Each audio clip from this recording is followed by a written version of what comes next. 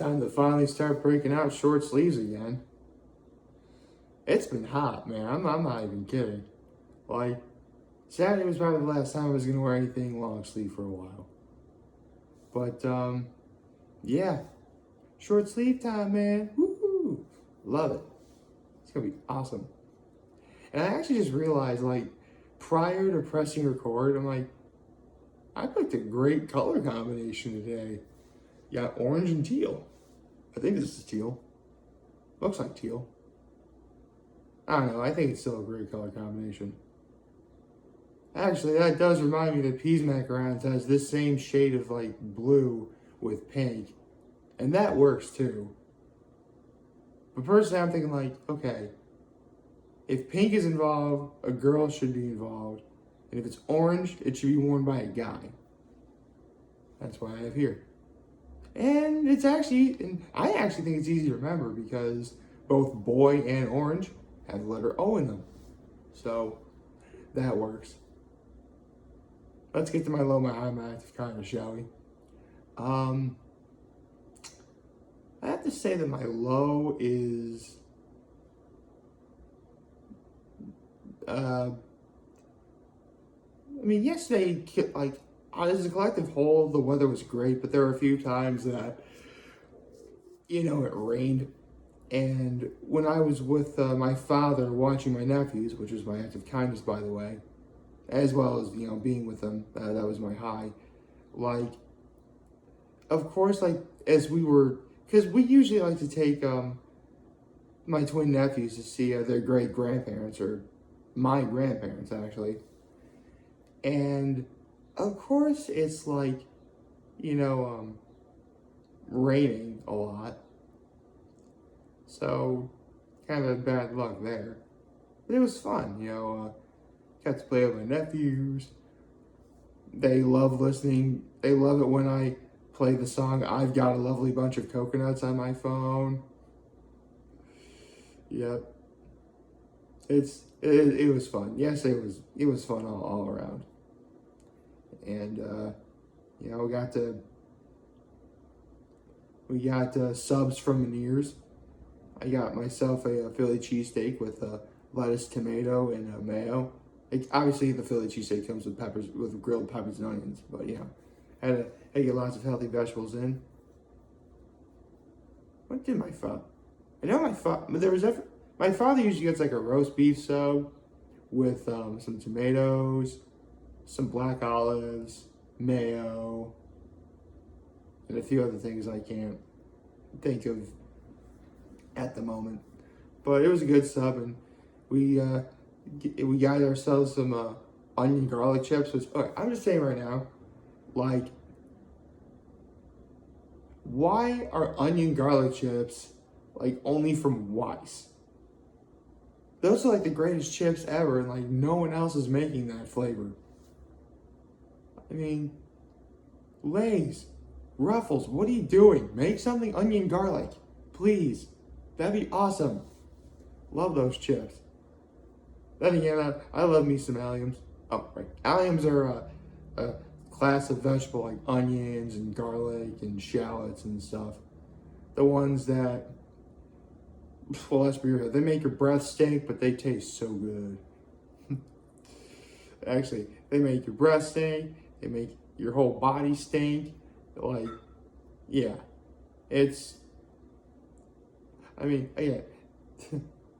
now I'm just thinking of Shrek for like, overselling onions. They stink? Yes. No! I gotta watch Shrek again. Actually, like, for whatever reason, like, Shrek has been on TV a lot lately. Like, shows that, like, TNT or even Cartoon Network, they're, like, showing Shrek a lot, which, don't get me wrong, I love the movie Shrek. Of course I do. I mean, that was actually the first winner of the Academy Award for Best Animated Picture, Yeah, it was. Shrek is an Oscar-winning movie. But most people didn't know that.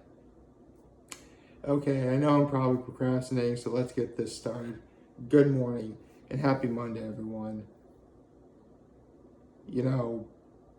I am just still, like, riding the high that was yesterday's video. I'm not gonna lie. It was a lot of fun to make. I mean, I got to see the finale of Amphibia. And I got to proclaim onto the internet that it's my all-time favorite show. And, I mean, it's not going to change 24 hours later. But, man, I was actually thinking about this last night where, since the series is over, am I ever going to talk about Amphibia again? Well, the fact I'm talking about it now should signify that, no, I'm always going to bring up Amphibia when the moment calls for it. But for now, I think I'm going to take a page from Matt Brawley's playbook when he gave us the final message to all of the fans of Amphibia. It is possible that, yeah, one day they'll make a return, but for now, these characters in this series deserve a good long rest. And you know what? That's fair. That's totally fair. They've earned it. However, yeah, it's my favorite show of all time. And no, I am not ashamed of the fact that I'm a 32-year-old man whose favorite show of all time involves talking anthropomorphic amphibians. And before anyone says anything, may I remind you, Doug Walker was almost 40 when Avatar: The Last Airbender, which is a show about martial arts, action, and the four elements, being a kid's show, is his favorite show of all time. For that matter, the blockbuster buster himself said that his favorite superhero is an anthropomorphic duck. I'm pretty sure I'm okay. Speaking of being okay, I'm pretty sure there's a One Piece manga chapter that I should be reading right now. So let's get started.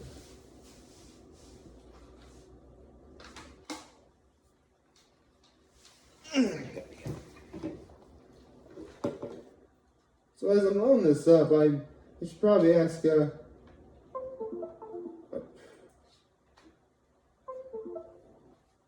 on.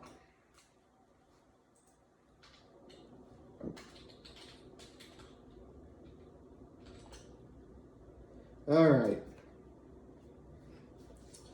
Everything's all loaded up and ready to go. So, are we finally going to see the end of Luffy versus Kaido? Let's find out. In One Piece chapter 1049, The World That Should Be. Okay, it looks like Luffy and Kaido have clashed.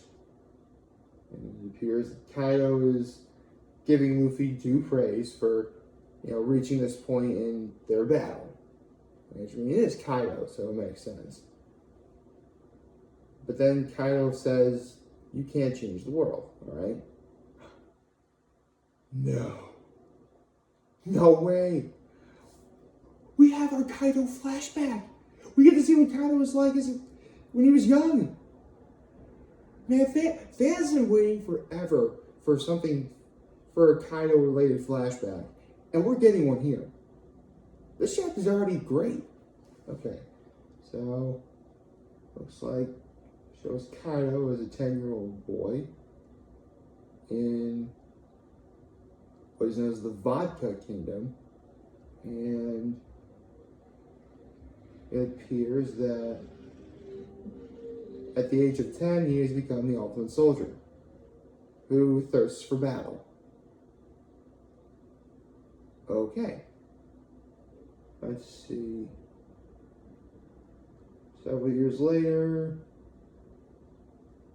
and the Vodka Kingdom wants to be part of the Reverie. So,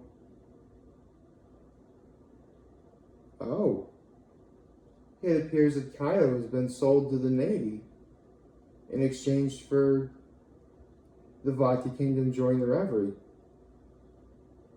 Yeah, that's totally not a bad thing, right? Yeah, Kaido has every right to be mad about that. Okay, looks like Kaido escaped, and oh, we see Kaido's first bounty. 70 million berries. Uh, that would be the equivalent, like, I believe, $700,000 in American standards. So, yeah. At the age of, however old he is, Kaido got his first bounty. Although, here's the thing. As dangerous as Kaido is, I want to remind everyone that Nico Robin was given an 80 million berry bounty, which we are $800,000 at the age of 8. So, at one point, Nico Robin was actually considered a greater threat than Kaido. That's funny.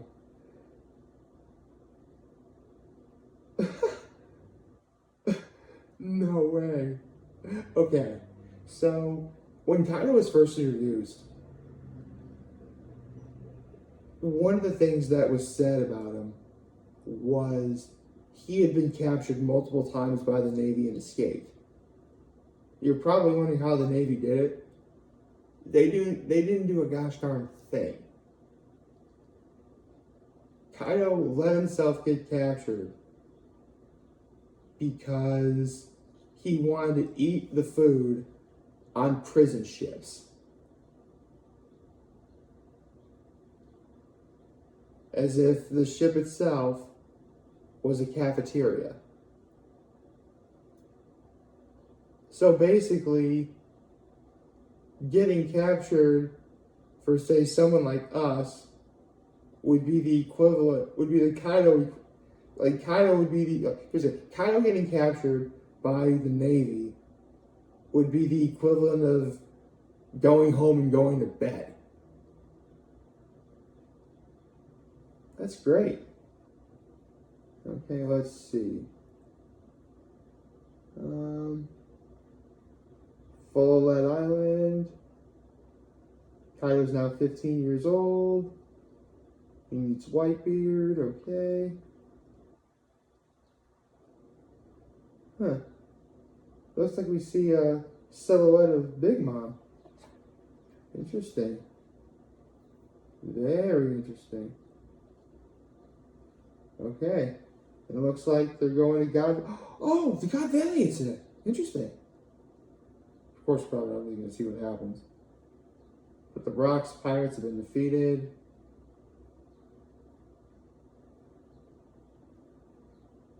Okay. It was just as every One Piece fan predicted. One of the reasons why the Rocks pirates fell really was because of the fact that, you have a pirate group full of alpha males. You're not really going to have a good teamwork dynamic. Interesting. Very interesting. Okay. It would appear that one lady who had the clone fruit appears before Kaido. And it looks like, okay, we're starting to see here where Kaido gets his mentality about why he loves war so much. And in a lot of ways, this kind of makes sense. Because let's say you have like people of all kinds, rich, poor, big, small, whatever. There will always be, hierarchies and whatever. But in the heat of battle, that is tossed aside. In the heat of battle, everyone is equal. And if you really want to have a hierarchy, whoever is the strongest survives, that's the way to do it. Again, this is what Kaido thinks. And it kind of makes sense. I mean, again, war is horrible, and I don't agree with that at all. But considering Kaido's upbringing, it's logical to see why he came to that conclusion. Interesting. Okay. And Kaido was talking to King. And it appears Kaido believes he knows who Joy Boy is. Okay. Okay. Mm-hmm. Looks like Luffy and Kaido are clashing. That one guy from CP0 is leaving to go tell the news of what's going on. Momonosuke is, oh, he's trying to make flame clouds. He goes back to the fire festival. Oh, the water from Zoe is putting out the fires. Very nice. Okay. Mm-hmm. Okay. Oh, that's nice. Denjiro is hugging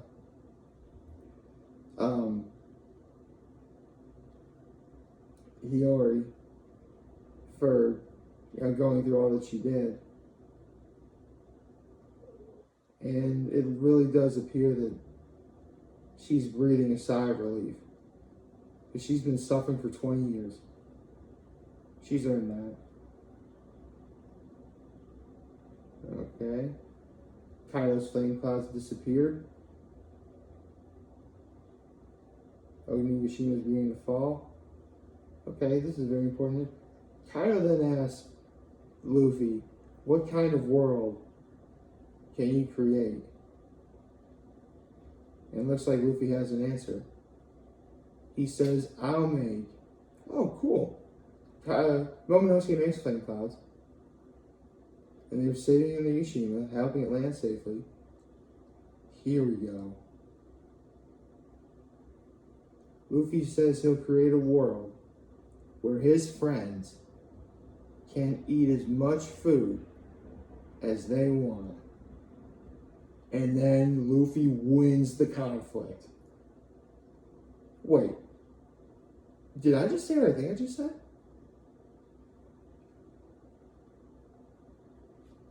Kaido fell to the ground.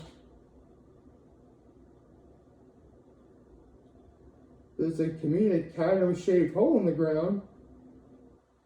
And then Kaido reminisces.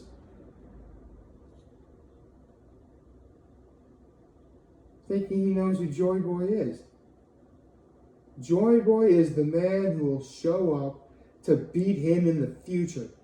And then King says in that case, I don't think he'll ever appear.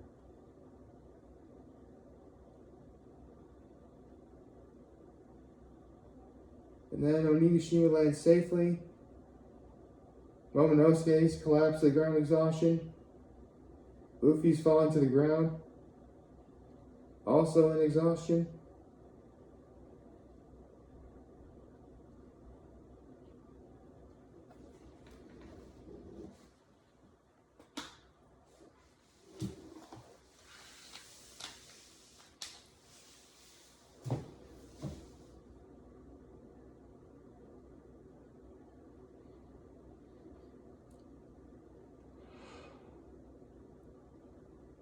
Remember I mentioned earlier how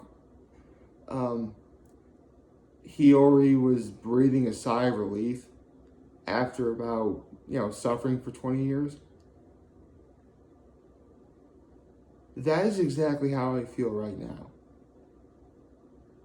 Because it's over. This battle is over.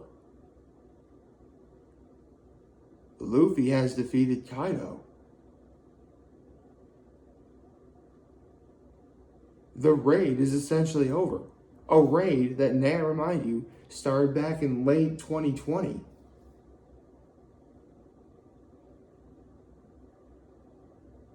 It's over. Luffy won. The fact that I am saying Luffy defeated Kaido right now, did I just dream this? Hold on. Yep. It's real. If you couldn't tell, I was pinching myself.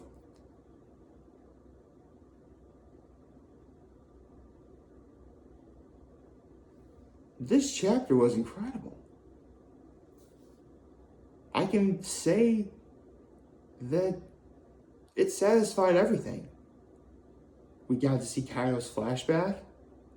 You know, loose ends in the Raider tying up, the fire being put out, and, you know, Lady Hiyori getting her catharsis, and Momonosuke making the flame cloud, saving everyone,